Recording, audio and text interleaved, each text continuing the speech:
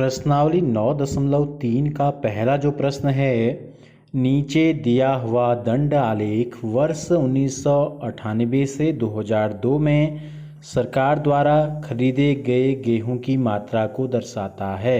तो ये जो हमको दिया गया है डायग्राम, ये कहलाता है आपका दंड आलेख। ठीक है, बार डायग्राम या बार ग्राफ हम इसको कहते हैं। तो क्या विशेषता होती है इसकी, देखो इसमें जो दंड आपको दिखाई दे रहे हैं ये समान चौड़ाई के होते हैं। ठीक है, और बराबर दूरी पर इन सब के बीच की जो दूरी है ये एक समान है। देखो ये इन दोनों के बीच की दूरी यहाँ पर, इन दोनों के बीच की दूरी यहाँ, ये इनके बीच की जो गैपिंग है ये सब में बराबर होनी चाहिए। सब में क्या होनी चाहिए, बराबर होनी चाहिए।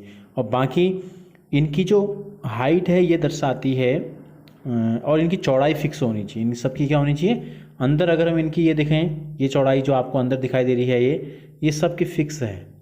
तो ये तो होता है आपका दंड आलेख। ठीक है, अब हम ये देखते हैं कि हमसे पूछा क्या है, क्या सूचना हमको दी गई है। ये खरीदे गए हैं गेहूं, इसमें जो पैमाना लिया है वो पैमाना है 1 इकाई लंबाई को 5000 टन अनाज हमको समझना है। गेहूं किस वर्ष में गेहूं का अधिकतम उत्पादन हुआ ये हमको बताना है।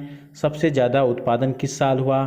तो देखो ये जो दंड आपको दिखाई दे रहे हैं, बार आपको दिखाई दे रहे हैं, इन सब में जो सबसे बड़ा होगा, सबसे ऊंचा है, वो सबसे ज़्यादा खरीद है गेहूं की।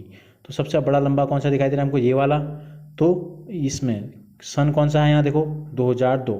तो लिख देंगे कि वर्ष 2002 में गेहूं का अधिकतम उत्पादन हुआ। इसी के बी में पूछा है किस वर्ष में गेहूं का न्यूनतम उत्पादन हुआ। यानी कि न्यूनतम का मतलब होता है सबसे कम। तो सबसे छोटा बार कौन सा है इसमें, दंड कौन सा है, ये वाला आपको दिखाई दे रहा है। तो कब हुआ है खरीद, 1998 में। तो लिख देंगे कि वर्ष 1998 में गेहूं का न्यूनतम उत्पादन हुआ। अब आते हैं इसके दूसरे प्रश्न में।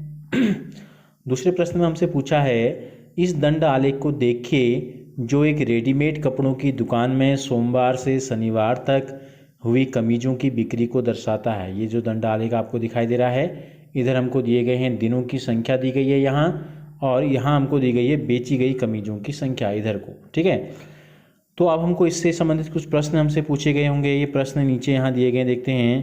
देखो क्या क्या प्रश्न हैं। उपरोक्त दंड आलेख में क्या सूचना दर्शाई गई है, सबसे नंबर 1 में हमसे ये पूछा है। फिर पूछा है कमीजों की संख्या को निरूपित करने के लिए क्षैतिज रेखा पर क्या पैमाना लिया गया है। किस दिन सबसे अधिक कमीजें बेची गई हैं और कितनी संख्या में कमीजें बेची गई हैं। किस दिन न्यूनतम संख्या में कमीजें बेची गई हैं और बृहस्पतिवार को कितनी कमीजें बेची गई हैं। इतने प्रश्न हमसे पूछे हैं, तो हम एक एक करके इनका जवाब देते हैं। देखो सबसे पहले हमसे पूछा है कि इसमें क्या सूचना दी गई है। क्या सूचना दी गई है इस दंड आलेख में, इसमें आप लिखेंगे कि एक सप्ताह में बेची गई, सप्ताह ये है दिन में बेची गई कमीजों की संख्या की सूचना हमको दी गई है। फिर हमसे पूछा है कमीजों की संख्या को निरूपित करने के लिए क्या पैमाना लिया गया है। तो ये है पैमाना, देखो 1 इकाई लंबाई जो है वो 5 कमीजों को दर्शाती है। फिर हमसे पूछा है कि किस दिन सबसे ज़्यादा कमीजें बेची गई और उनकी संख्या कितनी थी, ये हमसे पूछा है। तो देखो सबसे लंबा बार जो इसमें है दंड है वो कौन सा है, ये वाला है, इधर तक पहुंचा है। और अगर इस सीट को हम आगे बढ़ा दें तो ये कहाँ जा रहा है, 60 में मिल रहा है। कहाँ मिल रहा है, ये हम यहाँ से मिलान करेंगे तो 60 में। तो किस दिन सबसे अधिक कमीजें बेची गई, तो आप लिखेंगे शनिवार के दिन सबसे अधिक कमीजें बेची गई और कितनी संख्या में, 60 कमीजें बेची गई। फिर हमसे पूछा था कि किस दिन सबसे कम कमीजें बेची गई। तो सबसे छोटा कौन सा है, देखो मंगलवार के दिन सबसे छोटा बार है, सबसे छोटा दंड है। फिर हमसे पूछा था कि बृहस्पतिवार को कितनी कमीजें बेची गई। ठीक है, तो बृहस्पतिवार के दिन देखो कितनी कमीजें बेची गई। बृहस्पतिवार के दिन ऐसे सीधी लाइन अगर हम खींचेंगे, ठीक है, एक सीधी लाइन अगर हम खींचेंगे तो ये अनुमान आ रहा है लगभग 35 का अनुमान आ रहा है हमारा। कहाँ का आ रहा है, तो लिख देंगे बृहस्पतिवार के दिन 35 कमीजें बेची गई। तो इस प्रकार से ये दंड आलेखों को बनाना इसके बाद हम आपको सिखाएंगे। तो पहले आपको इन दंड आलेखों को देखकर प्रश्नों के उत्तर देना